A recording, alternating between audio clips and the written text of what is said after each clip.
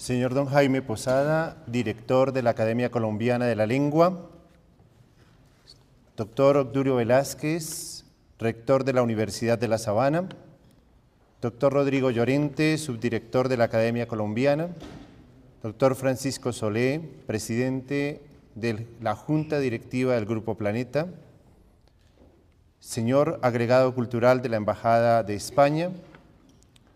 Doctor Edilberto Cruz Espejo, secretario de la Academia Colombiana.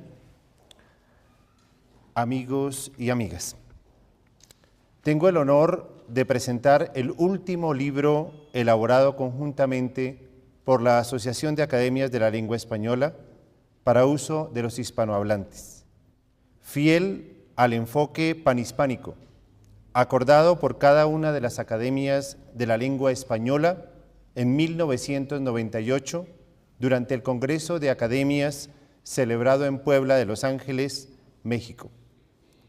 La primera obra académica que ostentó la característica de panhispánica, según el anterior criterio, fue la ortografía de 1998. Luego llegaría el Diccionario Panhispánico de Dudas, la Nueva Gramática de la Lengua Española, la Ortografía de la Lengua Española y el Diccionario de Americanismos, libros que han venido apareciendo en la última década junto a los diccionarios dirigidos al público estudiantil y profesional. La gramática y la ortografía tuvieron versiones básicas que facilitaron la lectura de estas obras a usuarios no especializados en estos temas lingüísticos. Faltaba una edición didáctica que orientara sobre las bondades de estos aportes a nuestro idioma y que con carácter normativo aconsejara al aficionado por la buena escritura sobre el uso correcto de nuestro idioma y le ayudara a entender con facilidad el mundo complejo de las dudas de nuestra lengua. Don Pedro Salinas, en su magnífico libro Aprecio y Defensa del Lenguaje, escribió estas palabras que nos preguntan por la responsabilidad que cada uno de nosotros tiene frente al buen uso de la lengua. Decía don Pedro: ¿tiene o no tiene el hombre como individuo, el hombre en comunidad, la sociedad, deberes inexcusables, mandatorios en todo momento con su idioma? ¿Es lícito adoptar en ningún país, en ningún instante de la historia, una posición de indiferencia o de inhibición frente a su habla? Quedarnos, como quien dice, a la orilla del vivir del idioma, mirándolo correr, claro o turbio, como si nos fuese ajeno, o, por el contrario, se nos impone por una razón de moral, una atención, una voluntad interventora del hombre hacia el habla. Tremenda frivolidad es no hacerse esa pregunta. Pueblo que no la haga vive en el olvido de su propia dignidad espiritual, en estado de deficiencia humana, porque la contestación entraña consecuencias incalculables.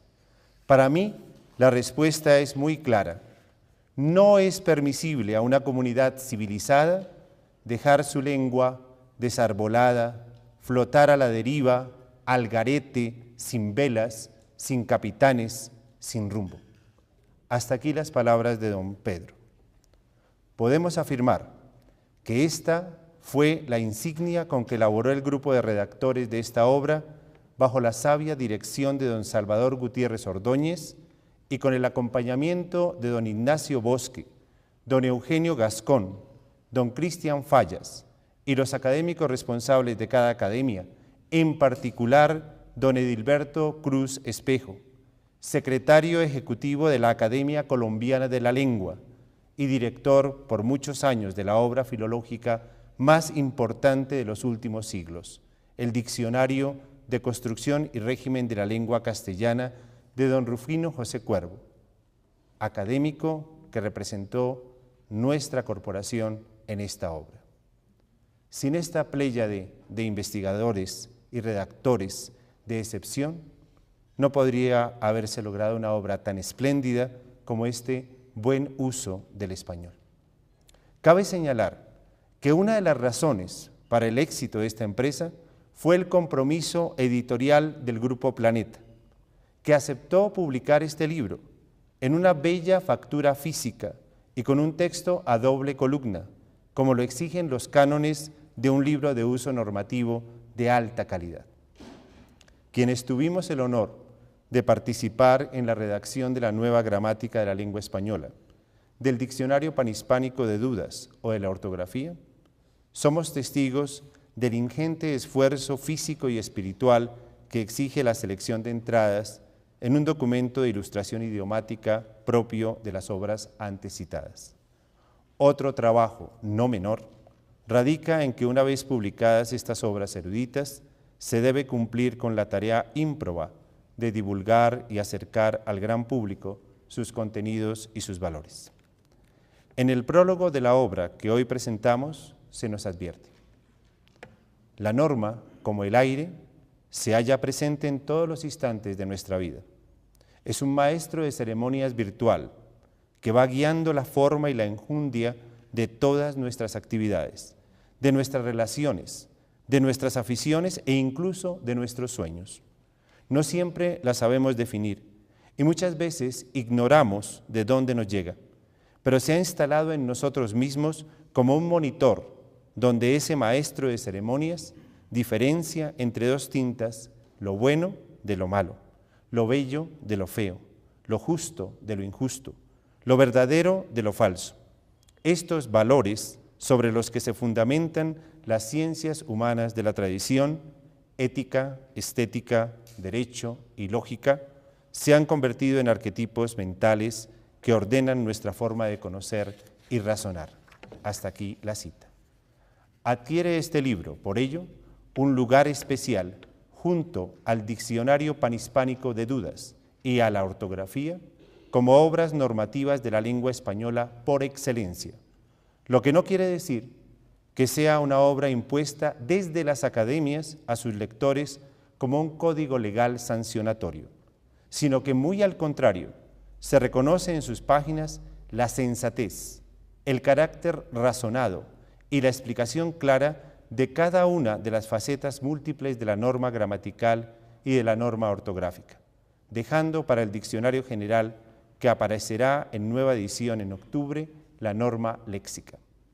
El buen uso del español está organizado en 224 bloques temáticos, autónomos y de lectura didáctica independiente, estructura que permite al usuario leerlo según sus intereses y necesidades específicas, según el tema que quiera consultar, y ya sea el uso correcto de los signos de puntuación, el adecuado uso de las mayúsculas, la grafía de los neologismos, la valoración de los matices de la derivación apreciativa, el uso particular de las construcciones comparativas, el reconocimiento de los tipos de cuantificadores, el régimen de las preposiciones, el valor de los tiempos verbales, la coherencia de la coordinación y la concordancia, hasta llegar a comprender la intención de las oraciones impersonales o de las locuciones con valor consecutivo, condicional y concesivo, entre otros temas presentes en este libro.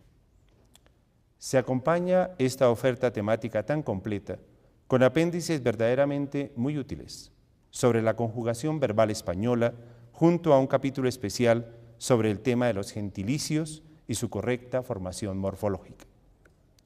Este libro es fiel al ideal panhispánico, aspecto particularmente señalado en el prólogo de este mismo documento. Cito: la investigación académica abandonó hace ya tiempo la vetusta idea de la norma única. La razón es simple. La percepción de los usos correctos varía no solo de acuerdo con el tiempo, sino también en paralelismo con otros parámetros como la distribución geográfica, los niveles de lengua, las situaciones, los géneros discursivos, etc. Hasta aquí la cita. Don Manuel Seco, en su Diccionario de Dudas y Dificultades de la Lengua Española, libro preliminar y fundante de estos esfuerzos, nos llamaba en su advertencia preliminar a tener conciencia plena del inmenso valor que encierra la corrección idiomática. Decía don Manuel: las personas que ajustan su decir, hablado o escrito, al ejemplo de los buenos escritores de su época o la norma de los buenos gramáticos, se dice que hablan o escriben bien. El lenguaje correcto goza de su consideración social sobre la que no es necesario insistir aquí. No cabe duda de que la corrección en el lenguaje es un adorno, un factor de distinción en la persona que lo posea. Pero no es precisamente esto lo que uno debe buscar cuando trata de depurar su expresión lingüística. Hablar bien no es lo mismo que ir bien peinado o llevar los zapatos relucientes. El hablante debe aportar a la perfección de su habla porque ésta es un instrumento de importancia vital para su convivencia dentro de una nación, y su habla solo será perfecta si se ajusta al máximo al modo de decir de sus compatriotas.